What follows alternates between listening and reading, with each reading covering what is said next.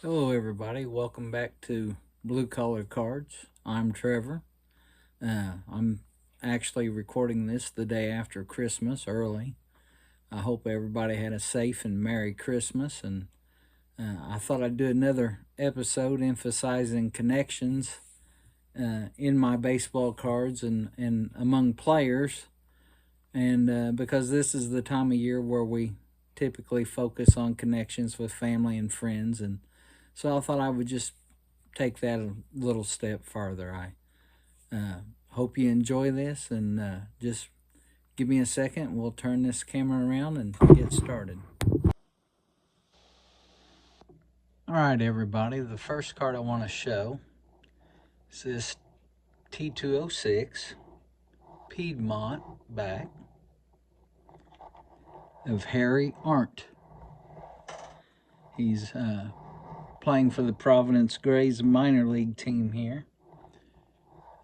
He was born in South Bend, Indiana, February 12th, 1879, and he died in South Bend, Indiana on March 24th, 1921.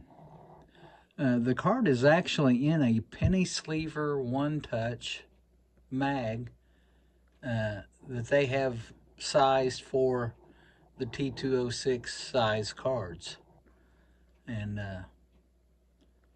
if you're looking for an alternative to grading, that would be an option.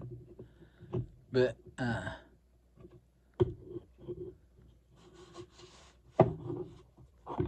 Harry Arndt made his major league debut on July 2nd, 1902. He played his final game in Major Leagues May 25th, 1907. He was the first Major League player from South Bend, Indiana. He was purchased by Detroit in 1902 and then sold to the Baltimore Orioles and returned to the minors after 10 games. He played 1903, 1904 with Columbus and Louisville of the American Association. In 1905, he joined St. Louis and batted .243 in 113 games for the Cardinals as their primary second baseman.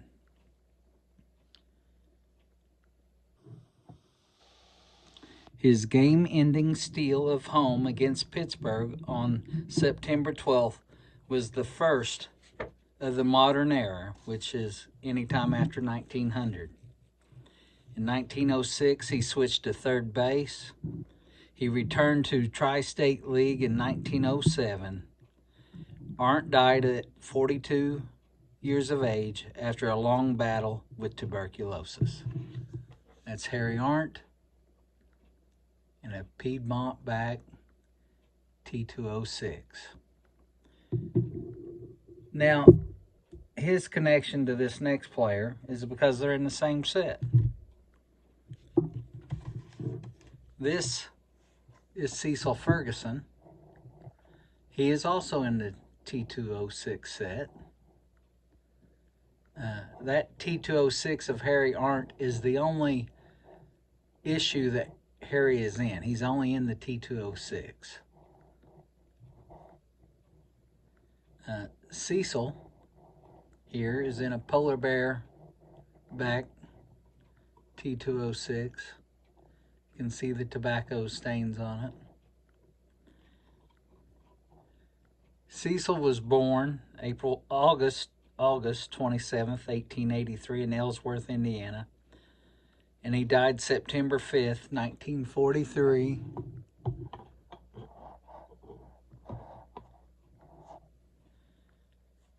In Florida. He made his major league debut April 19th, 1906, played his final game July 21st, 1911. Now, Cecil was a promising member of the New York Giants pitching staff that boasted Christy Mathewson, Joe McGinty, and Cecil became a doctor after his baseball career ended prematurely. Cecil was acquired by the Giants in late 1906 and went 2 wins and 1 loss in 22 appearances, all but one in relief. Along with teammate and fellow Hoosier native Doc Crandall, Ferguson was an early bullpen specialist. In December 1907, the Giants sent him to the Boston Doves in an 8-player trade. In 1908, he went 12-11 for Boston but suffered an arm injury. In 1909, he went 5-23 for a last-place team, leading the league in defeats. Memphis of the Southern League purchased his contract in July 1911, but he refused to join the team until 1912. He retired from baseball after going 1-6 with a 3.21 ERA for Venice, California, the Pacific Coast League in 1913. Ferguson studied at the American School of Osteopathy in Kirksville, Missouri, and became a physician. A sports medicine pioneer, he worked with the Brooklyn Dodgers, the University of Notre Dame, and the University of Illinois. Sporting Life described him as ambidextrous and a clever basketball player. In the winter of 1906-1907, he and Mordecai Brown were teammates in a Terre Haute YMCA basketball league. Ferguson settled in Miami, Florida, suffered a heart attack, and died at the age of 60 on a fishing trip near Orlando. That is Cecil Ferguson.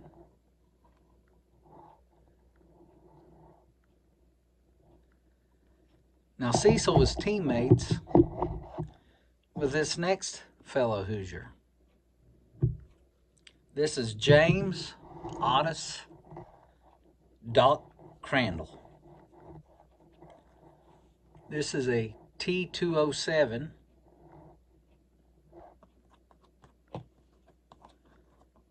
Recruit, little cigars back.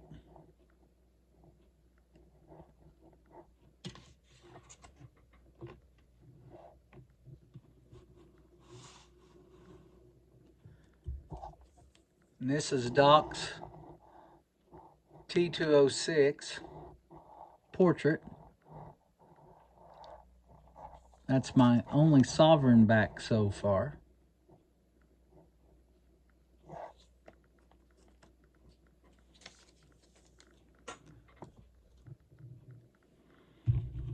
Doc Crandall was born October 8th, 1887 in Wadena, Indiana. He died August 17th, 1951 in Bell, California. Doc played for the New York Giants from 1908 to 1913. He played for St. Louis of the Federal League in 1914 and 15. Played for the St. Louis Browns in 1916. And then in 1918, he played for the Boston Braves of the National League. He played 500 games, pitched 1,546.2 innings, won 102, lost 62, had an ERA of 2.92. He had 887 at-bats, hit 9 home runs, and had a .285 average. Doc Crandall was one of baseball's first relief specialists. During the early years of the 20th century, northwest Indiana town of Wadena barely had more than 50 residents. The town's baseball team, the Plowboys, included 2 men who would reach the big leagues, Doc Crandall and slugging outfielder Cy Williams, both Wadena High School alums. Doc joined the New York Giants in 1908. Christy Mathewson described him as a raw country boy who was at his best when things looked darkest. Crandall was also a good hitter and fielder. Giants manager John McGraw often used him to pinch hit. He occasionally filled in at second base and shortstop. His best year was 1910 when he went 17 wins and 4 losses, including a 7-1 record in relief. From 1910 to 1912, he led the league in relief victories. In 6 years with the Giants, he went 67-36 and played in 3 World Series. In Game 5 of the 1911 series against Philadelphia Athletics, Crandall knocked in the tying run with 2 out, pitch hit double in the bottom of the ninth. He stayed in as a pitcher and got the victory when Giants scored in the bottom of the 10th. Doc jumped to the Federal League for the St. Louis Terriers for 1914-1915. After the Federal League collapsed, he was awarded to the St. Louis Browns. In early 1916, the Browns released him to Oakland of the Pacific Coast League. Later, they sent him to L.A., beginning a long association with the Angels. Except for a brief stint with the Boston Braves in 1918, he spent 1917 through 1926 with Los Angeles. He won 20 games or more 5 times. In 1925, he batted .356.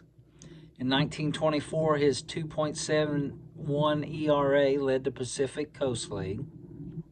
On April 7, 1918, he was 1 strike away from pitching a no-hitter against Salt Lake City when his brother, Carl Crandall, hit a single. Retiring as a player after the 1929 season, in 1931, he returned to the majors as a coach with the Pittsburgh Pirates and stayed with them until 1934. Doc Crandall managed and coached in the minors through 1938. And in 1935, he managed his son, who was a catcher, Jim Crandall.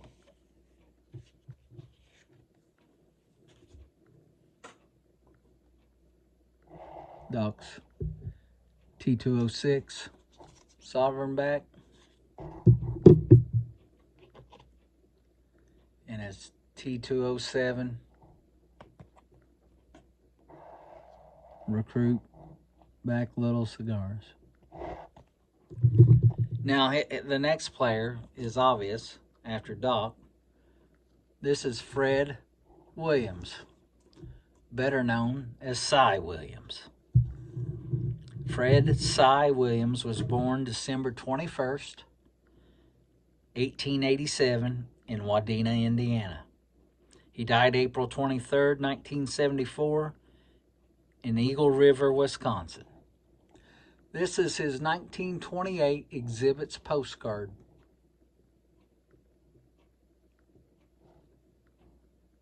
All right. Cy Williams made his debut July 18th, 1912 for the Chicago Cubs. He played his final game September 22nd, 1930 for the Philadelphia Phillies. He played in 2,002 games, had 6,780 at-bats, hit 251 home runs, and had a .292 average.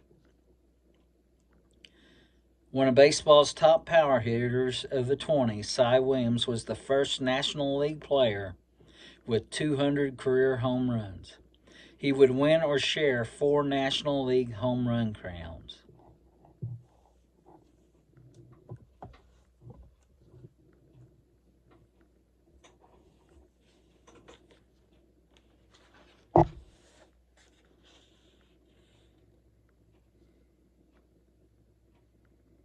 In 1908, Cy Williams entered the University of Notre Dame, where he picked up the nickname Cy. He was an architecture student.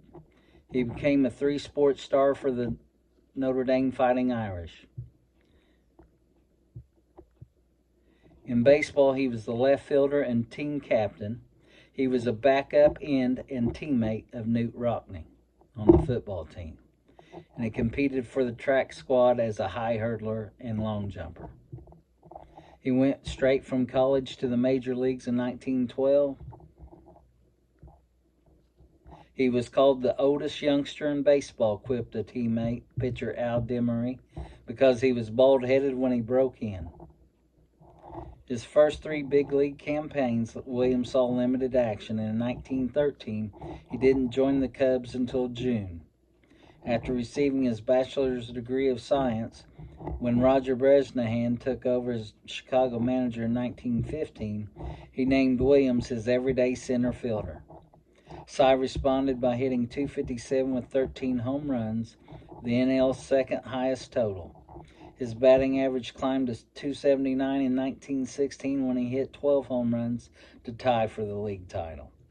After Williams slipped to .241 with 5 home runs in 1917, the Cubs traded him to Philadelphia in what turned out to be one of the best trades in Phillies history. In his first 2 seasons with Philadelphia, Williams batted .276 and .278. In 1920, he ripened into one of baseball's top sluggers. As the live ball era dawned, Williams found his stroke in Philadelphia's Baker Bowl, where the right field wall was only 281 feet from home plate. Williams hit better than 306 times over the next 7 seasons, including a career-high 345 in 1926. He reached double figures in home runs every year from 1920 to 1928. In 1923, when his average dipped to .293, he drove in 114 runs. His 41 home runs topped the National League that year and tied Babe Ruth for the highest total in the majors. Williams clubbed his 200th career home run that summer to eclipse Roger Connor as the National League's all-time home run king. At age 39 in 1927, Williams became baseball's oldest home run champ, clubbing 30 home runs to equal Hack Wilson for the National League lead. On August 5th that year, he hit for the cycle against Pittsburgh. A Deadpool hitter, Williams once said, "I tried 1,000 ways to hit that ball into left field, but I just couldn't make it go." In 1920, rival teams began playing deep into the right side of the field when he batted.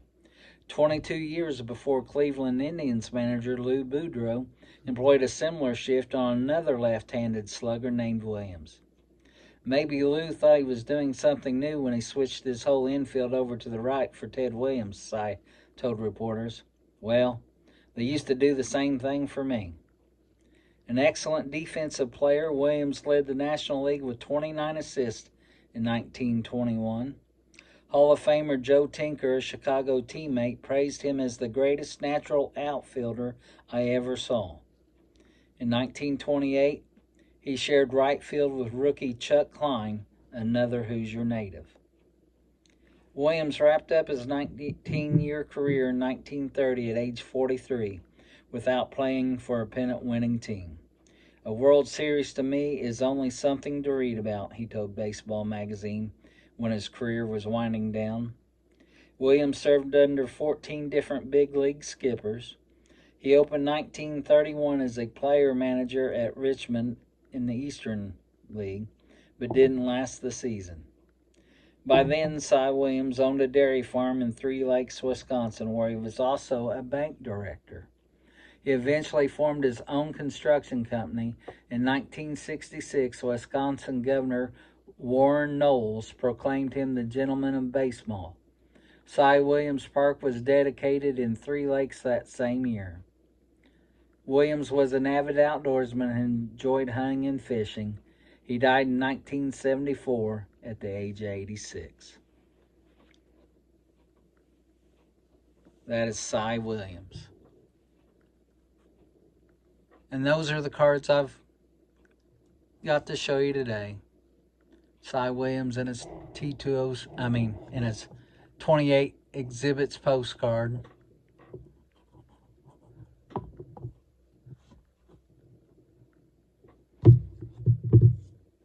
Doc Crandall in his T207.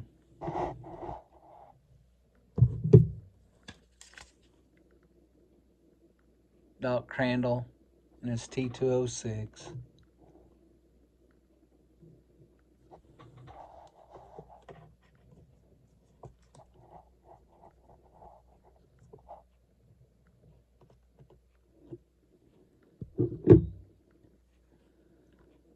Cecil Ferguson, his T206.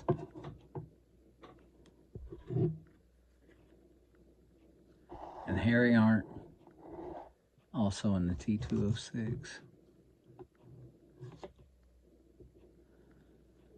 I hope you enjoyed the show. Come back and watch again next time. Have a good day.